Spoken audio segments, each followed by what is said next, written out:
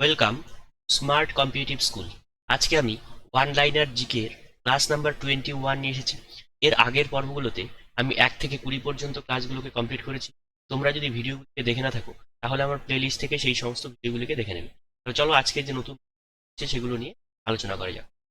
দেখো, প্রথম প্রশ্ন কি বলেছে, Rajiv Gandhi national flying institution কোথায় অবস্থিত? এটা হচ্ছে মহারাষ্ট্রে অবস্থিত। কোল গ্যাস কোন গ্যাসের মিশ্রণ?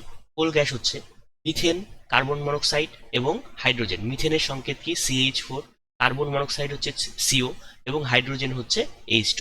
ঠিক আছে, তাহলে এই তিনটে গ্যাসের মিশ্রণ হচ্ছে কোল গ্যাস।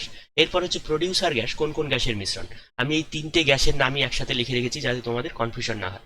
ঠিক আছে, প্রডিউসার গ্যাস কোন কোন গ্যাসের মিশ্রণ? এটা হচ্ছে carbon monoxide plus hydrogen, sorry nitrogen. ঠিক আছে, এরপরে বলেছে ওয়াটার গ্যাস কোন কোন গ্যাসের মিশ্রণ? ওয়াটার গ্যাস হচ্ছে কার্বন মনোক্সাইড এবং হাইড্রোজেন।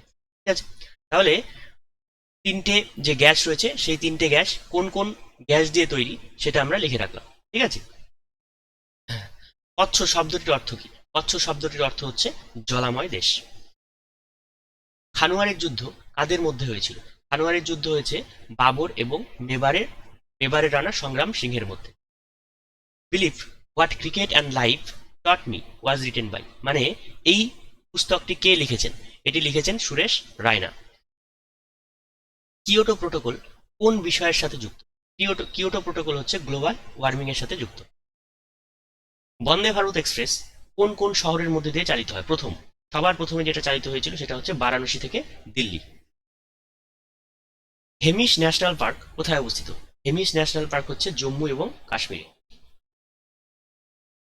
ভারতীয় সংবিধানের 10ম তফসিলে কি উল্লেখ রয়েছে? 10th শিডিউলে রয়েছে দলত্যাগ বিরোধী আইন। ঠিক আছে, দলত্যাগ বিরোধী আইন। ওয়ার্ল্ড হেরিটেজ ডে কবে পালন করা হয়? ওয়ার্ল্ড হেরিটেজ ডে পালন করা হয় 18 এপ্রিল, 18 এপ্রিল। স্বাধীন ভারতের প্রথম প্রধানমন্ত্রীর নাম কি? স্বাধীন ভারতের প্রথম প্রধানমন্ত্রী হলেন, তোমরা সবাই জানো এটা হচ্ছে Jawaharlal Nehru. The first shuttle to go to space, তাহলে প্রথম শাটেল যেটা মহাকাশে যায় এটার নাম কি? সেটা হচ্ছে কলম্বিয়া। খানুয়ারের যুদ্ধে জয়ী হন কে? খানুয়ারের যুদ্ধে জয়ী হন বাবর। তার পুরো নাম কি? জাহির উদ্দিন মোহাম্মদ বাবর। ঠিক আছে,